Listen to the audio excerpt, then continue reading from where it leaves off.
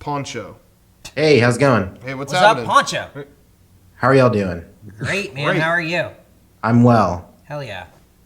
The other week, you guys, I can't remember if it was last week or not, but the question of the week was, did you turn anybody into a Mega64 fan or something like that? Was that last week? Yeah. Derek Yeah. asked people to do that. Oh, yeah, I forgot. Naturally, we did not follow up on that. Welcome to Mega64.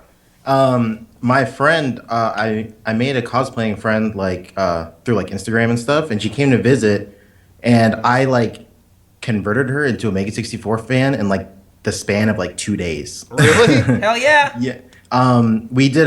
She brought like all her cosplays over, and we did a photo shoot for it, and we were streaming, like she wanted to stream like the editing of the photos and stuff to all her followers, and in the corner of the stream we had the playlist for cosplayers playing for like 4 hours straight. Just Oh my the God. playlist of cosplayers over and over. You guys really like that song. Yeah, like that's like her favorite song now, and like it's really funny. Hell yeah. Make that friend your girlfriend. Ha ha. Oh. What's up? That's how you move naturally. Naturally. I wanted to talk about. I know I asked you on your Tumblr once, Rocco, about you were talking about the similarities of the Matrix and anime, and you talked about how like what do you call it? The scene where they're fighting on top of the 18-wheeler is like reminiscent to Vegeta versus Android 18 and stuff. They totally, yeah. And I was thinking if you found similarities between like how Neo saves Trinity, and everyone is telling Neo the entire movie that, you know, hey, you can't do that. There's no way you can do that, but he does it anyway. Yeah. And the similarity between that and in the BoJack movie for Dragon Ball Z, where Goku instant transmissions from being dead Oh. to like punch BoJack in the face. Oh, does he? Hey, And, I've like- never seen that. I have Oh, no. okay. I'm sorry. Oh, it's okay. Do you mind if I explain it? Like, Yeah. Go No, for go it. so in the BoJack movie, Goku is like he's dead. He's already in like he's hanging out with King Kai on his planet, and he's watching Gohan fight BoJack and all his henchmen and stuff, and he's watching like Gohan get like beat up. This is happening like during the time where Gohan's supposed to be fighting Cell, so it's kind of reminiscent to Goku fighting like Yeah. watching Gohan get beat up by Cell. Yeah. And the entire time he's freaking out. He's like, King Kai, can you do anything? Like, I need to help my son. And King Kai's all like, no, you can't do anything. You're dead, dude. Like, I don't know what you want me to say. And then it gets to the point where like BoJack is like bear hugging Gohan, and he's like about to smush him. And Goku just goes, hey, my son needs my help. And he instant transmissions. And then he just pops up like in the real world and punches BoJack, and like, I don't know. It was awesome. He Beams, beams himself in from beyond the grave. yeah, I always think about that. And when you brought up the similarities between anime and the Matrix, like that instantly clicked in my head. Like Neo the entire time he's being told like you can't do this, but he said fuck it, whatever. I do what I want. Yeah, he said fuck you to the rules of life. Were there other like you didn't go into it too much during your during your commentary, but did you pull any other similarities from other animes from the Matrix, or did you notice any? Not really. I mean, a lot of Dragon Ball, like them fighting each other, and like he would punch Agent Smith so hard that he would fly into the cement and it would pile up behind him. That was very like Goku versus Vegeta, stuff like that. Yeah, like I'm pretty sure that was on everybody's mind as when they were sitting in the theater, they're watching it for the first time. Yeah. Like everybody's like, "Oh yeah, they can do Dragon Ball Z now," and then it just hasn't happened. Yeah. Well, it did. No, we got a live action. Yeah, we got a movie. live Oh, action. yeah. What are you talking about? It was I've seen great. it. What are you talking about? What are you talking about, man? Great film. My favorite part in that entire movie is at the very beginning where Gohan like punches him, and then he like slides like head first into that watermelon, but it looks like so ridiculous. It's like My favorite part in the movie is when Bulma and Yamcha, they get trapped in that. Remember, they get trapped in the the crater thing or whatever, and like they Yeah. have to like bore their way out. Yeah. That's my favorite part in the Dragon Now, Ball Z suddenly movie. they have a giant drill. Yeah, that's my favorite part in the Dragon Ball Z movie. that's great. And then he says, like, I'll do this because I love you. Like, these characters met each other 5 minutes earlier in the movie. And it's like they have a lifelong, Yeah, that was awesome. Compared Also, to each other. earlier someone was talking about. I think it was you who brought up that in Animazement, the Sailor Moon cast is getting together. Yeah. Anime Expo. No, Anime Expo. Yeah. Did you hear about last year at Animazement that the Japanese voice cast for Dragon Ball Z and the U.S. voice cast were like together for the first time ever? Oh, really? Wow. No. Yeah, it was awesome. That was like literally the only reason I went to Animazement. I thought you were gonna say that they were gonna fight. Oh, see, that's what I was. I'm like, whoa, that's pretty cool. Oh, no, they just hung out. I don't give a shit.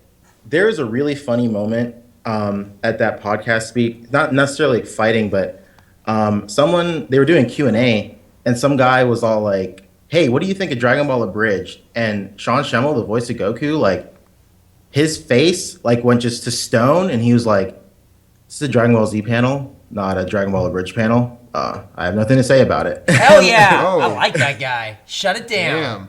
And you could tell like he made such a point that, hey, this is the first time us meeting the US voice cast, meeting the Japanese voice cast. We need to be respectful to these people and stuff like that. And then for someone to be all like, hey, what do you think about this really, really vulgar show, Dragon Ball Abridged?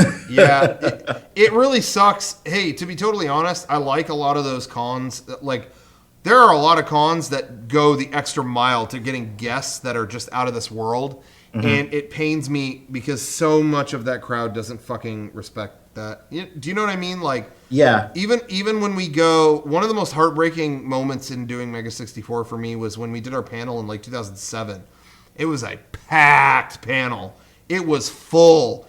And they told me, yeah, the person who went before you, it was like a producer at Production IG, and like 8 people came to their panel. Oh, and it was like, man. Are you fucking kidding me? Why are we at this convention if you can't?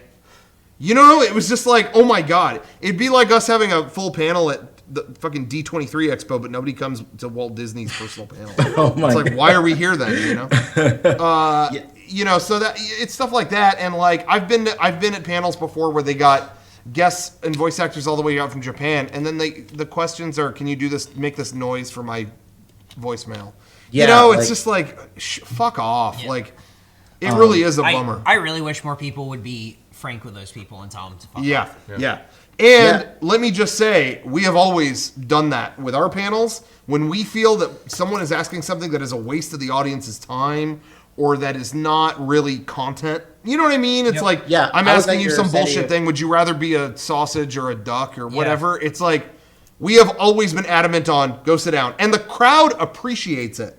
So I do wish more guests like that would take that stance of, that's bullshit, sit down. That's the only way you're gonna stop these fucking kids from doing this kind of stuff. Yeah. Is if you like be frank with them and be like, hey, this isn't cool.